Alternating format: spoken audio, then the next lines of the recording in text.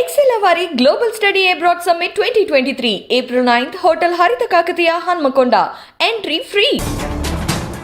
Vande Bharat express వచ్చిన దగ్గర నుంచి జర్నీ చాలా ఈజీగా అయిపోయినట్టు అనిపిస్తోంది. ఎందుకంటే ఇది వరకు జర్నీ చేయాలంటే 10 రోజులు ముందు కానీ నెల రోజుల ముందు కానీ టికెట్స్ బుక్ చేసుకుని మనం వెళ్లాల్సిన ఊర్లకు ప్రయాణం చేసేవాళ్ళం. కానీ ఇప్పుడు టెక్నాలజీ మొత్తం మారిపోయింది.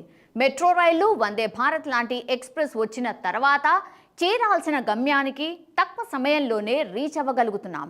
Narendra Modi semi high speed రైలును ప్రారంభించబోతున్నారు. పూర్తి వివరాలు ఒకసారి చూద్దాం.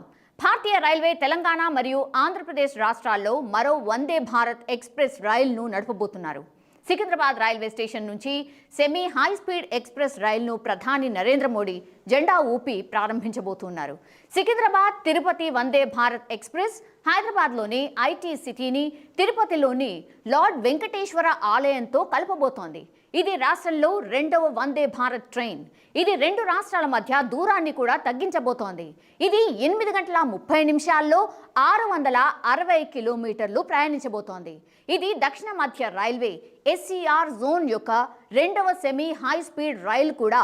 మంగళవారం తప్ప మిగిలిన రోజుల్లో ఈ రైలు నడుస్తుందని రైల్వే అధికారులు వెల్లడించారు.